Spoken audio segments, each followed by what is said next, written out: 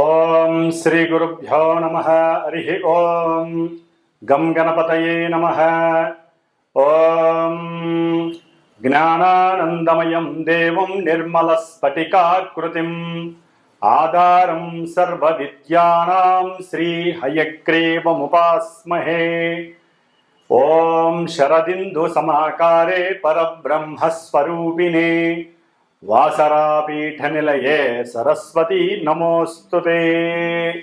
ఆదిత్యాయ చ సోమాయ మంగళాయ బుధాయ చ గురుశుక్రశనిభ్యశ్చ రాహవే కేతవే నమః. నవగ్రహ దేవతాయే నమో నమః.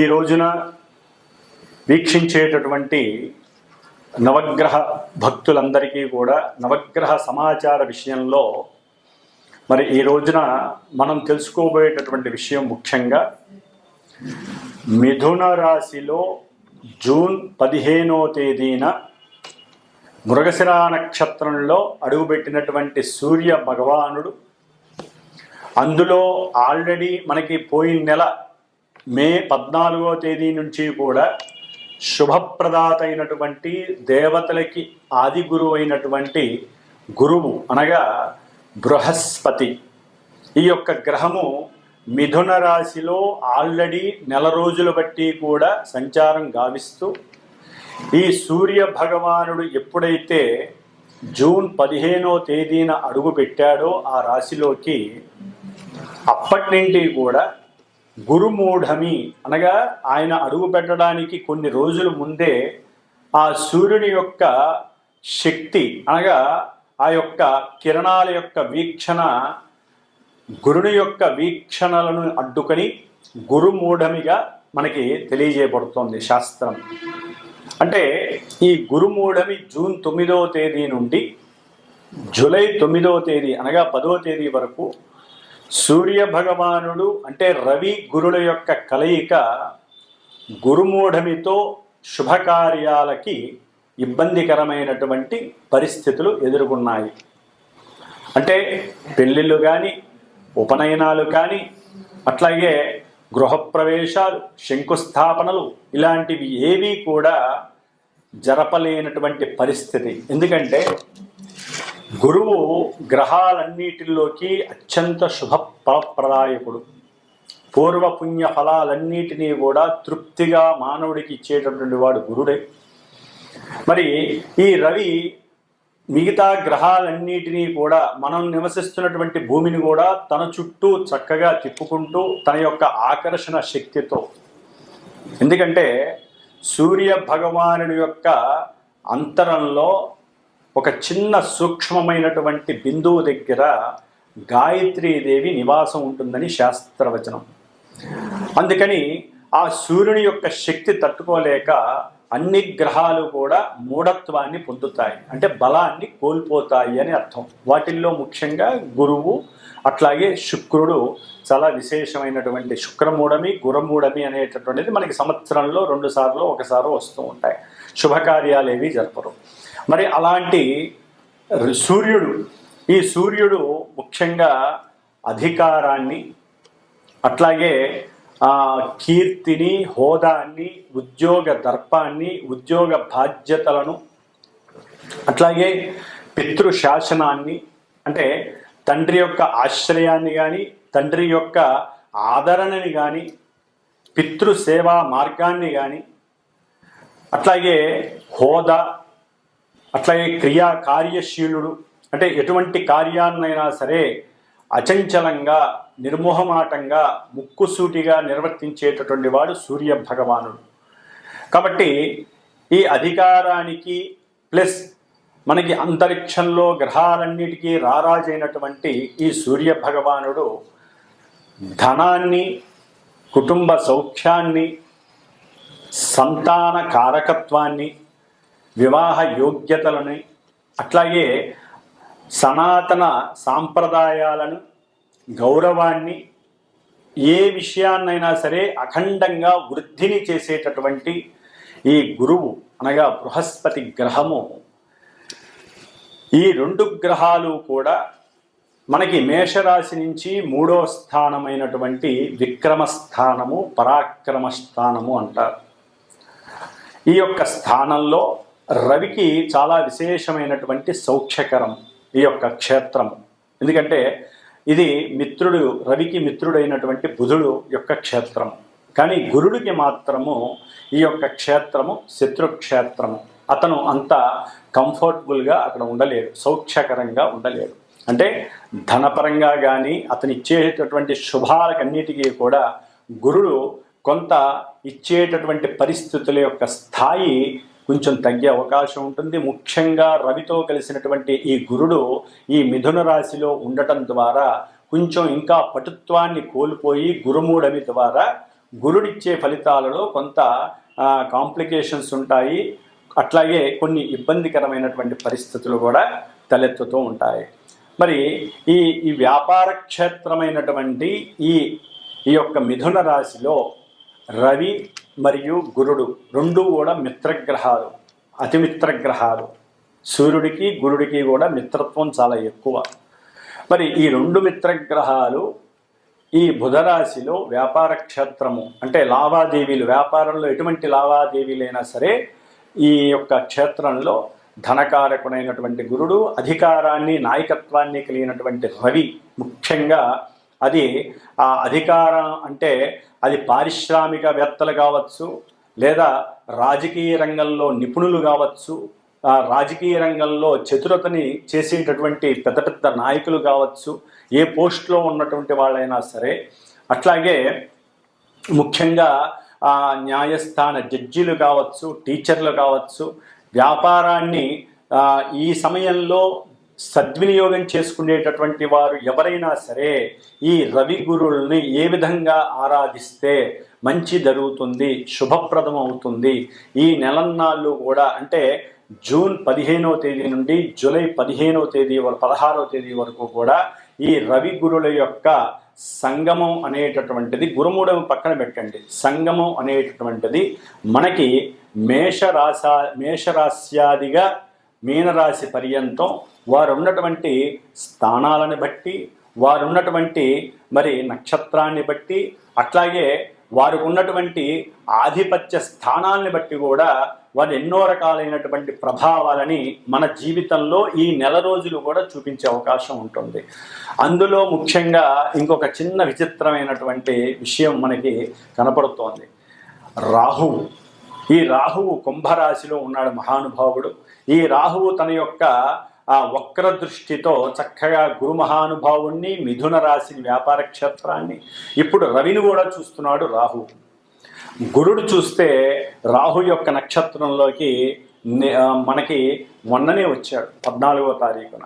అంటే గురుడికి రాహువుతో అత్యంత సంయోగ స్థితి నడుస్తోంది. దీనినే శాస్త్రరీత్యా గురు చండాలత్వ యోగము అని కూడా అంటారు. గురు చండాలత్వం మహాదోషప్రదం ఇది. అంటే సనాతన ధర్మాన్ని పక్కన పెట్టేటటువంటి తత్వం కలిగి ఉంటారు కొంతమంది జాతకులు. అట్లాగే ధనపరమైనటువంటి ఎన్నో అప్లికేషన్స్ అనేవి జరిగే అవకాశం ఉంటుంది.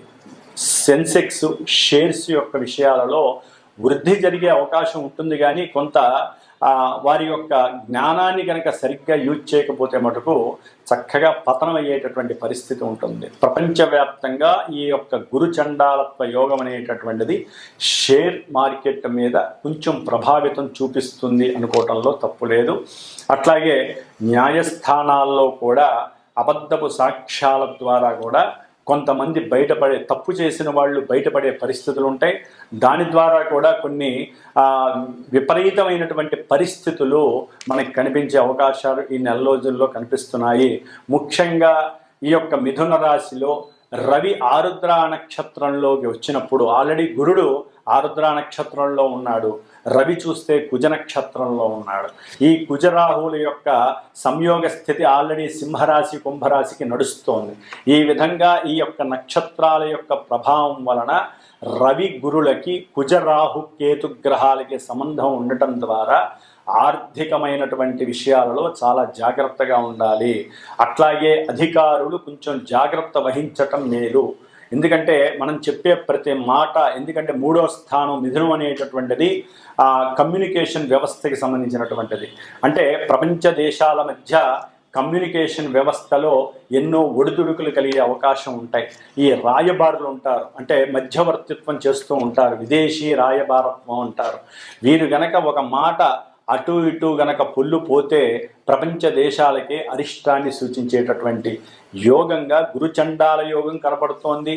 అట్లాగే రాహు యొక్క దృష్టి, గురువు యొక్క దృష్టి, ఆ అన్యోన్య పంచమ నమూకాల యొక్క దృష్టి కొంత అవయోగకరంగా మనం భావించాలి. కాబట్టి దీనికి తగ్గట్టుగా వారు ఎవరైతే కొన్ని రాశుల వారు ఉన్నారో ఆ రాశుల వారు ముఖ్యంగా ఈ నెల రోజులు కూడా ఎవరైనా సరే సాధ్యమైనంత వరకు ఈ గురు చండాలత్వం అందరికీ సంబంధించింది, గురువుకే పట్టింది చండాలత్వం రాహు వలన.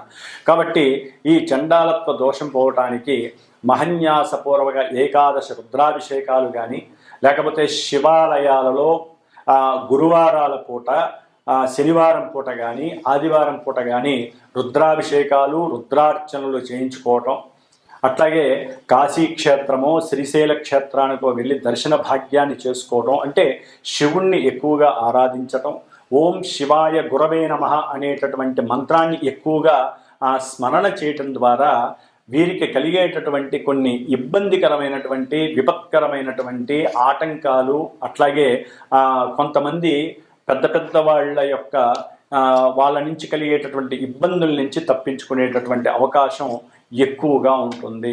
కాబట్టి సూర్య గురులు, రవి గురులు మిత్రులు కాబట్టి దీని యొక్క ప్రయోజనం ఉంటుంది. వాళ్ళు ఉన్నటువంటి ఆధిపత్య భావాలను బట్టి కొంత అప్రయోజనకరమైనటువంటి పరిస్థితులు కూడా ఈ నెల రోజుల్లో కూడా కొన్ని రాశుల వారికి కనపడుతూ ఉంటాయి. కాబట్టి మేషరాశి నుంచి మీనరాశి వారి వరకు ఏ రాశుల వారికి ఈ రవి గురులు ఇక్కడ ఉండటం ద్వారా శుభాలు జరుగుతాయి, కొంతమందికి ఇబ్బందులు కలుగుతాయి అనేటటువంటి విషయాన్ని మనం చక్కగా తెలుసుకోగలిగితే గనక దానికి తగ్గట్టుగా పరిహారం ఆచరిస్తూ, సింపుల్ పరిహారాలు ఆచరిస్తూ మనం ఈ నెల రోజులు ఈ 2 గ్రహాలు ఇచ్చేటటువంటి ఫలితాలని ఆస్వాదిస్తూ మనం చేసుకునేటటువంటి చిన్న చిన్న పరిహారాల ద్వారా చక్కటి ప్రయోజనాన్ని అట్లాగే రవి ఆత్మశక్తిని ప్రబోధిస్తాడు. అంటే ఆత్మశక్తి ఎక్కడా కూడా నెగ్లెక్ట్ చేయడు. అంత ప్రణాళికల ద్వారా గురుడు కూడా ప్రణాళికాబద్ధంగా చక్కటి లోకజ్ఞానాన్ని ఆస్వాదించి ఆ లోకజ్ఞానాన్ని తను స్వీకరించి వెదజల్లుతూ ఉంటాడు. కాకపోతే ఇప్పుడు కొంచెం బలహీనంగా ఉన్నాడు కాబట్టి గురుడికి ఏం చేయాలో కూడా మనం చూద్దాం.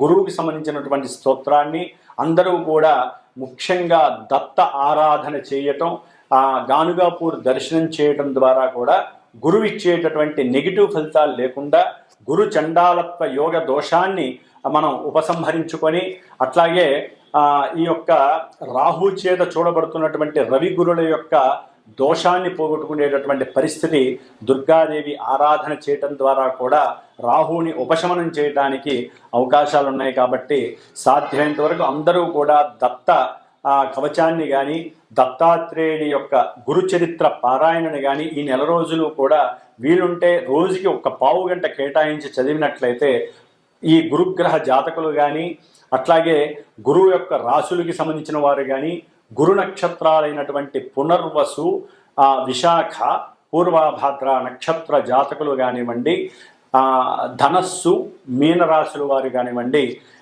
గురు మహర్దశలు, అంతర్దశలు, విదశలు జరుగుతున్న వారు జన్మలగ్న రీత్యా ఉన్నటువంటి పరిస్థితులను బట్టి ఈ గోచారంలో వారికి కొన్ని ఇబ్బందులు కలగడానికి అవకాశం ఉంటాయి. కొంతమందికి అదే అనుకూలమైనటువంటి పరిస్థితులు కూడా కలుగుతాయి. ఏదేమైనప్పటికీ గోచారం అనేటటువంటిది ఒక సూచన మాత్రమే తెలియజేస్తుంది. జన్మజాతకం అనేటటువంటిది దశలు, అంతర్దశలు, మనం పుట్టినప్పుడు ఉన్నటువంటి ఆ యొక్క గ్రహాల యొక్క స్థితిగతులు, అవి ఉన్నటువంటి నక్షత్రాలని బట్టి అవి ఆడేటటువంటి ఆటలో ఈ యొక్క గోచారంలో మనం పావులం అవుతాము.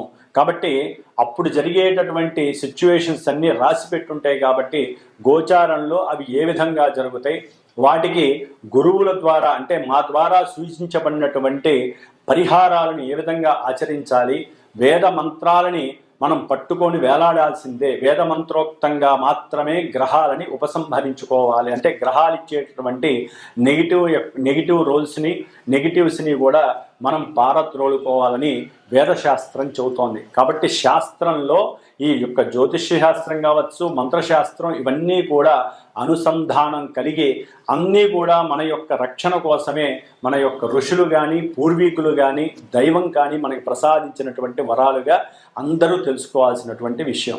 కాబట్టి ఇప్పుడు మనకి మేషరాశి నుంచి మీనరాశి వరకు ఏ విధంగా మనకి రవిగురుల యొక్క అనుకూలతలు, ప్రతికూలతలు ఉంటాయో తెలుసుకుందాం.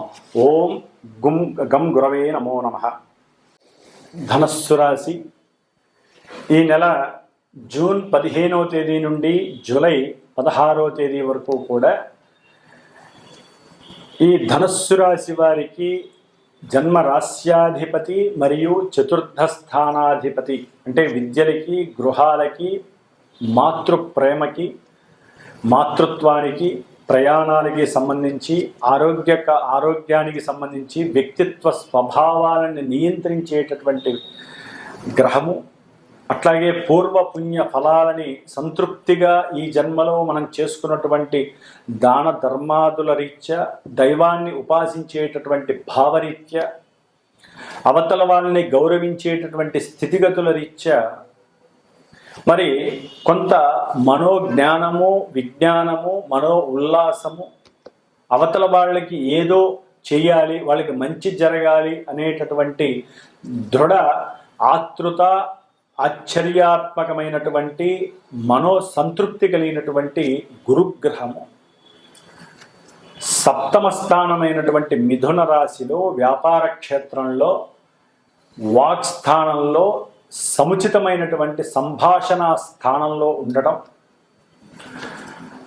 ఆ యొక్క గురుడుతో భాగ్యాధిపతి అయినటువంటి అంటే ధనుస్సు రాశికి భాగ్యాధిపతి, నవమ స్థానాధిపతి అయినటువంటి రవితో కలిసి ఇరువురు శుభగ్రహాలు సప్తమంలో ఉండటం అనేటటువంటిది వ్యాపారంలో, వ్యాపారానికి సంబంధించినటువంటి ఆలోచన ప్రక్రియలలో, ఆలోచన సరళిలో ఈ పని చేస్తే వ్యాపారంలో మనం ఇంకా వృద్ధి చెందొచ్చు అనేటటువంటి ఆలోచన స్థాయిని పెంచేటటువంటి గ్రహము గురుడైతే, నేనున్నాను, నేను దేనికైనా సిద్ధమే,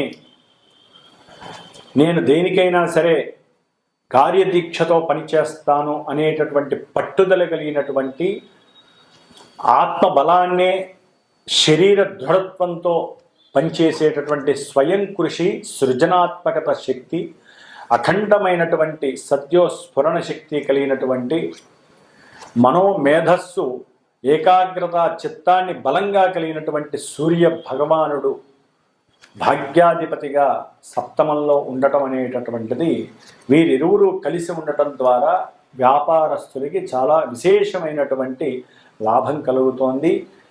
ప్రభుత్వ రంగ వ్యవస్థలు, సంస్థలతో చక్కటి మైత్రి సంబంధం కలుగుతుంది. దేశ విదేశాలకి ఎగుమతులు, దిగుమతులు, లావాదేవీలు చేసేటటువంటి పరిస్థితులు, టెక్నికల్ ఉద్యోగాలలో పనిచేసేటటువంటి వారు, అట్లాగే దేవాలయ నిర్మాణాదులు, దేవాలయ వ్యవస్థలు, ధార్మిక ప్రబోధాలు చేసేటటువంటి స్టేడియంస్, వీటికి సంబంధించినటువంటి వ్యవహారాలకు సంబంధించి మాట్లాడుకునేటటువంటి పరిస్థితి ఈ యొక్క ధనుస్సు రాశి వారికి, ప్రభుత్వ రంగ సంస్థల్లో పనిచేసేటటువంటి వారికి కలిగేటటువంటి ఆ యొక్క కమ్యూనికేషన్ జరుగుతుంది చక్కగా కూడా. దాని ద్వారా వీరికి కీర్తి ప్రతిష్టలు కలిగే అవకాశం ఉంటుంది. ధనాదాయము చాలా మెండుగా వస్తుంది. తండ్రి నుంచి కూడా వ్యాపారపరమైనటువంటి కొన్ని సలహాలు స్వీకరిస్తారు. వారు చెప్పిన విధంగా కొంతమందికి ఆత్మీయులకి సహకారం చేస్తారు, ధన సహకారం. దాని ద్వారా కుటుంబంలో ఎప్పటి నుంచో విభేదంగా దూరంగా ఉన్నటువంటి బంధువులందరూ కూడా అన్యోన్య మైత్రి కలిగి ఆనందంగా ఉండే అవకాశం కలుగుతుంది. కాకపోతే భార్యతో కుటుంబంలో కొంత విభేదాలు కలగడానికి అవకాశాలు ఉంటాయి రవి గురుడు ఇక్కడ ఉండడం ద్వారా. ఏం లేదు, కమ్యూనికేషన్లో తేడా. మీరు ఒకటి అనుకుంటారు, ఆవిడ ఇంకోటి అనుకుంటుంది.